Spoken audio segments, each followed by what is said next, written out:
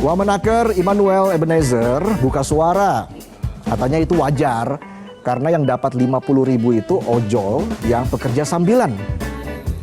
Pekerja sambilan sambil nahan lapar, sambil kehujanan, sambil nahan emosi kalau disemprot customer. Masih dibilang sambilan? Hello. Yang pas lebaran mudik sekarang sudah balik ke realita kerja. Lebaran kemarin buat kebanyakan orang jadi momen berbagi. Berbagi kebahagiaan, berbagi kebersamaan, juga berbagi amplop THR-an. Tapi sebagian orang cuma kebagian kesedihan dan keraguan yang bikin hati panas, kepala ngebul, tapi saldo tetap beku kayak di freezer. Susah dicairin.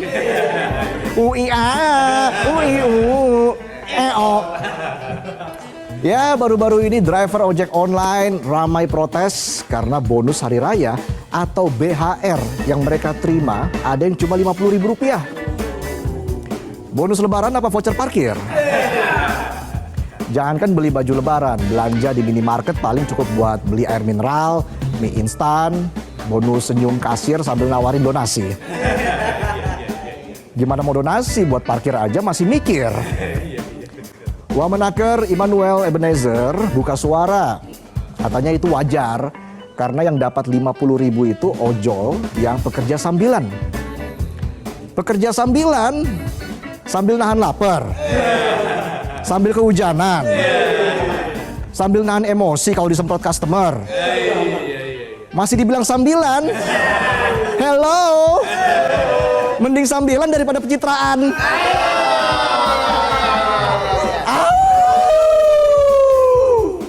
Menanggapi polemik bonus hari raya, aplikator ojek online akhirnya membuka skema bonus mereka. Mereka bilang bonus dihitung dari performa, jam kerja, penyelesaian order, dan wilayah. Lalu dikategorikan berdasarkan jenis mitra. Jadi kalau aktif penuh bisa dapat ratusan ribu. Kalau kurang aktif ya dapat hikmahnya aja. Mirip kayak punya tante atau om pelit mau kasih angpau lebaran aja pakai tanya IPK semester lalu. Untung IPK saya di atas 3 bukan 2,3. Teranyar buntut protes BHR ini, Wamenaker berencana memanggil pihak aplikator. Menurutnya pihak aplikator telah membohongi banyak pihak terkait BHR untuk ojol. Bang Noel menyebut kelakuan aplikator rakus. Galak banget sama aplikator, sama manajemen Sritex, apa kabar? Masuk angin. Kayak kerupuk melempem. Bisa aja saya. Kalau ojol ada yang belum dapat BHR, korban PHK PT Sritex masih dapat PHP.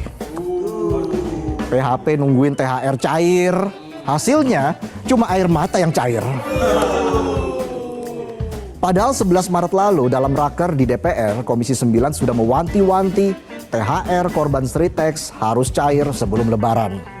Sudah selesai Lebaran, tapi THR belum kelihatan. Mungkin kelihatannya bareng hilal Lebaran tahun depan kali ya. Padahal saat Sritex masih berdiri, Wamenaker bilang lebih baik hilang jabatan dibanding melihat ribuan pekerja Sritex di PHK. Nyatanya pekerjanya hilang pekerjaan, THR belum ada pencairan, tapi Pak Wamenaker masih menikmati jabatan. Asik dia. Uye.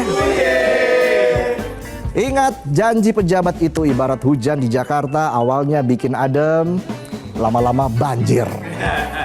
Banjir harapan doang. Aumania, mana suaranya? Setelah mudik, makan opor, dan dikasih salam tempel Rp20.000 yang dilipat kayak surat cinta, Lebaran selalu punya satu fase final, merantau ke kota. Jabodetabek kembali diserbu, bukan sama banjir, tapi sama harapan dan CV yang bertumpuk-tumpuk. Para perantau dengan tas, kardus, dan sisa-sisa THR yang udah kepotong beli es teh, berdatangan buat satu hal, cari kerja. Karena katanya di Jakarta itu ada harapan. Harapannya dapat kerja, realitanya dapat macet, mahal, motivasi yang mulai goyah ditambah bonus polusi. Ujung-ujungnya nggak dapat kerja, malah jadi beban keluarga.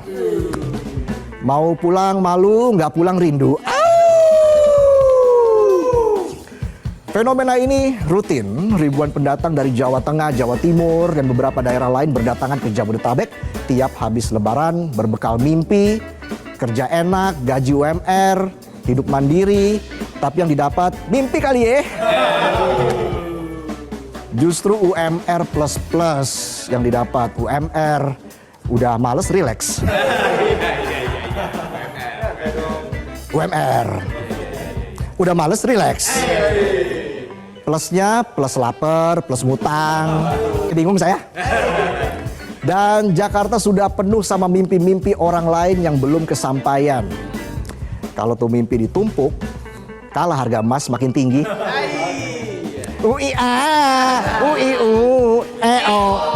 Tapi kita harus tahu alasan mereka kenapa merantau ke Jakarta dan sekitarnya. Banyak dari mereka datang karena pabrik di daerah tutup. PHK di mana-mana. Jadi daripada di kampung nganggur dan diomelin mertua, alhasil Jakarta jadi pelarian terakhir. Sayangnya pelarian ke Jakarta itu kayak lari di treadmill, ngos-ngosan tapi nggak maju-maju. Kalau mau kelihatan maju ya mentok sewa joki Strava lah ya biar bisa gaya dikit. Gubernur Jakarta Pramono Anung bilang silakan datang ke Jakarta asal punya skill dan identitas. Tapi ingat, skill tanpa kenal ordal biasanya mental. Akhirnya kena mental. Dan selengkap apapun identitas, gak bakal ngaruh kalau lawannya titipan Pak Bos. Udah apply kerjaan 100 kali, yang bales cuma sales pinjol. Ya, jalan manusia beda-beda, ada yang lewat tol, kayak buzzer langsung dapat jabatan. Tapi kebanyakan rakyat lewat jalan off-road. Resikonya kalau nggak nyasar ya masuk got. Tapi Jakarta bukan lagi primadona. Wagub Jakarta Rano Karno yakin pendatang lebih milih Bodetabek. Kenapa? Karena Jakarta sekarang mahal, padat, dan katanya udah nggak ramah buat pemula. Di Jakarta nyari kosan nyaman, kayak nyari jodoh. Kalau nggak mahal ya udah ditempatin orang. Hatinya yang ditempatin. Ngerasa aja penonton pikirannya nih. Jadul pikirannya. Entah Jakarta masih ibu kota atau sudah bukan. Yang jelas Jakarta kayak ibu tiri. Gak jahat, cuma gak sayang juga. Paling ditendang. Dan nantinya yang bertahan bukanlah yang kuat, tapi yang tahan. Tahan mental, tahan lapar, tahan penolakan, dan tahan dengar motivasi teman, padahal nganggur juga dia. Jadi buat para pejuang perantauan, selamat datang di arena pertarungan. Jungle to the welcome. Nyadar juga ya. Welcome to the jungle. Ya. Uye. Jakarta masih bisa jadi tempat mengubah nasib asal kita sadar. Gak semua bisa instan. Butuh perjuangan. Cuma kalau jabatan bisa dikendalikan. Jalan mewujudkan harapan juga masih terbuka. Ingat, perbanyak teman karena tidak semua harapan modalnya kompetensi. Tapi butuh koneksi. Langsung dapat kursi.